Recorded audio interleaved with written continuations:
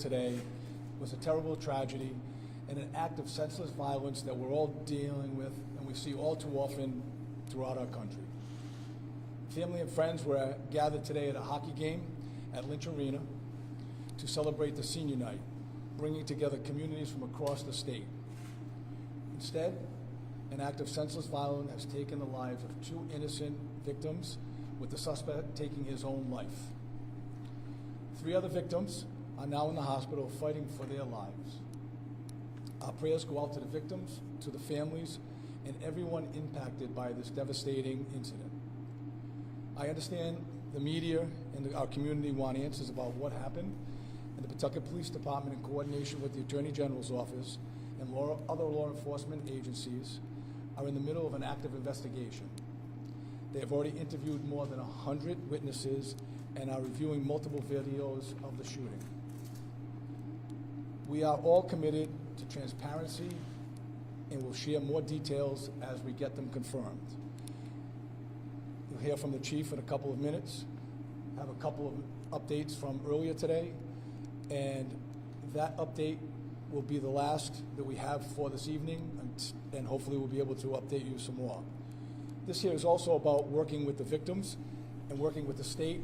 We've talked to the governor's office, the attorney general's office, and working collectively with the state. They have set up a 211, the number to provide counseling and referral services. Anyone impacted in today's incident should call 211.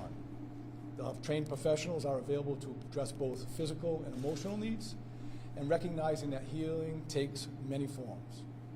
Additionally, we will be opening tomorrow the Blackstone Valley Visitor Center, located at 175 Main Street, at 12 o'clock to 7 tomorrow, and then for individuals who were present during the shooting and their families for grief counseling. Pawtucket is a resilient community, but tonight we are sitting in mourning. We encourage everyone, students, parents, educators, to lean on one another for support when the situation unfolds. Together, we need to embrace resiliency while we're fostering the environment of compassion prevails overall. We will do our best to keep the public and the media informed as the investigation unfolds. Finally, and I'll know the chief will also go on this, if anyone has any information relevant to today's shooting, we've seen all these videos, please call the Pawtucket Police Department who are handling the investigation. The number is 401-727-9100. I'd like to turn it over for the chief for a minute. Good evening. So today, Pawtucket Police received a call for an active shooter about 2:30 p.m. Police were on scene within a minute and a half of that call. It appears that a lone individual, the suspect, entered the arena to watch the hockey game of a family member, and unfortunately during that time a shooting occurred. We have confirmed that the suspect is now deceased. Also, there are 2 victims that have also been confirmed deceased, and then we have 3 victims that are still at the hospital in critical condition. We have worked tirelessly with local police departments here in the state, also our federal partners and our state partners with the Attorney General's office also. We have given you the information that I had earlier today. I can tell you that we have interviewed people that were in the stadium watching the game, participating in the game. We probably had about 100 people within the station that we talked to. We can also tell you that a Good Samaritan stepped in and interjected in this scene, and that's probably what led to a swift end of this tragic event earlier today. So at that time, like I said, we have more information as the time goes on. We'll be able to share that with you. I did share with you earlier today the information we had at that point. The only thing we have to add again is that we have interviewed many people that were there. We're also accepting videos it was live streamed videos from parents that were videoing their kids while they were playing the game. So we ask you to obviously take those videos, forward them to the detectives. It's Detective Webb, like the mayor said, 401-727-9100, extension 1711. We also have 211 set up for any kind of emotional support that people may need within the city. Again, we're here to assist, so anything that we can do to kind of assist the community out there. And again, any information that you have that you think may be relevant, we ask that you share it with us, because again, we're not sure exactly what videos were out there and who was videotaping at the time, but that's the information that we have at this point. Chief, can you describe how this Good Samaritan stopped this person? What I can say is that he interjected and he attempted to subdue him. Did he tackle him, or? So that is all part of, like I said, during the investigation, but I can tell you that a Good Samaritan did step in. And did the shooter have a son on the hockey team when he was playing? So again, like I said earlier today, I can identify that there was one lone suspect, that this was a targeted event. It looked like it was a family dispute, and there was one individual that was a family friend. But as for identifying at this time, it's true. Identify people, because obviously we want to make sure that their families are well aware of what's going on before we put it out to the public. Did the suspect have ammunition to go? Again, what I can tell you is that the suspect did have a firearm. As to how many firearms he had, that's all part of the investigation, and that information will be released later. Were those firearms retrieved at the scene, found at the scene? We did retrieve firearms on the scene. Did any type of a restraining order or any type of threats that this suspect may have made against any members? So that has not come to our attention. During the initial stages of the investigation, we haven't seen that, but again, it's very early on. It just happened earlier today, so we are investigating that. We're looking at all avenues. If there was any motivation, if there was any type of incident leading up to that, we don't have any of that information at this time that we know of. So as that develops, obviously, we will look into that and fully investigate that. Was the friend who was killed or injured? Again, we're not going to release the victims at this point because, you know, the privacy of the victims and their families, but that information will come out later. Initially, the thought was it was all members of the same family. Is there now a family friend part of this group? Correct. Is- Family members and a family friend. Correct. Was the suspect known to police at all? Had you guys had any prior interactions with them? Pawtucket has not had prior interactions. Was there any security active in there, like metal detectors or a security guard by chance? No. As for the suspect, can you confirm whether the suspect's a male, female? We've heard that is a transgender person. Is that something that you have in terms of information? So what I can say right now that we have identified the person, the suspect, by a birth name. The birth name was Robert Dorgan. We have also learned that the person does go by the name of Roberta, also uses a last name of Esposito.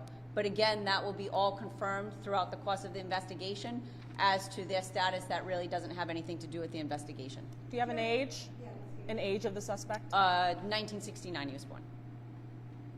Do you know if the gun was legally purchased? At this time, it's still part of the investigation, so we will be investigating the firearms, where they come from, where they were purchased, and whether or not they had a permit to carry. Was the van that was towed away from the scene, the white van, did that belong to the suspect? Anything that was towed from the scene is obviously, we believe that it might be involved in some way. So as part of the investigation, we are taking all precautions to make sure that we investigate all evidence that we may feel that was part of the scene today. Mayor, have you been in touch with Governor McKee? Is there a reason he isn't here tonight? Yes, no, we've been in touch. He's been allowing, and I'm sorry, he's been supporting, as well as the Attorney General and many others. We'll be briefing each other tomorrow with everyone and probably doing a joint statement at some point. But yes, the state has been very active and involved, as well as many of the other mayors who are in these other communities. So we've been having those conversations, and we're sharing as much information as we can, and then we're all going to collectively get together. I imagine you both can answer this question as far as the mutual aid that was tapped. I know there was a few different jurisdictions that were brought in, for as well as first responders. If you could speak to just the group team effort that it kind of took to process the scene and make sure the victims were treated as such. So when the call initially came in, obviously we dispatched the police department, which I said was there within a minute and a half of the actual active shooter. And the fire department, once it was safe for them to come in, they administered aid, also with our police officers inside administered aid.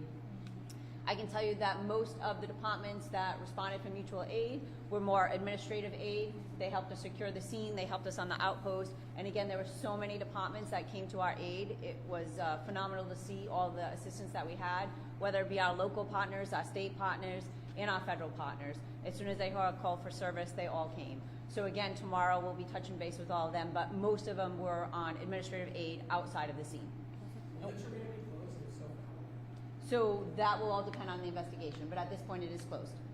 Can you detail any more timeline? Was he there for a while and then started shooting, do you believe, or did he come in?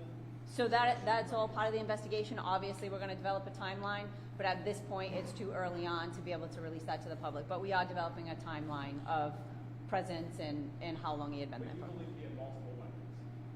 Because What I said was multiple weapons were all part of the investigation, and then we'll determine that later. But at this point, we're not going to give up how many weapons the person Still had. believe he got it from a self-inflicted gunshot? Correct. What do the next 24 hours look like for the department?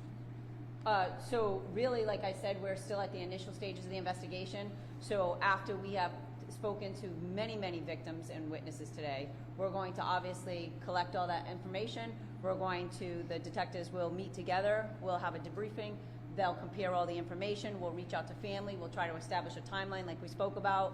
Whether or not there's any motive, we'll try to talk to different people. So it's going to be a very busy next 24, 48 hours trying to gather the story, right? We want to make sure that the information that we're given is factual and it's accurate and that we're not going off of hearsay or things that are on social media.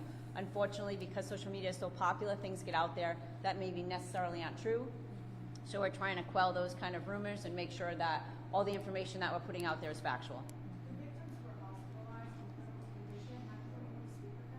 So the victims are at the hospital. We have detectives stationed there, but as of right now, we don't have statements from them. Chief, can you confirm, so was there a training for active shooter actually going on in the city which helped with the response? So we did have an initial training that was separate and apart from this, a normal training within the city for a police department. But that helped with the response having that. We had several members that were here on training on days off. So we had additional members, we had additional members of the police department that were around, so the response was immediate. Obviously, it's right next to the police station. Like I said, we were there within a minute and a half.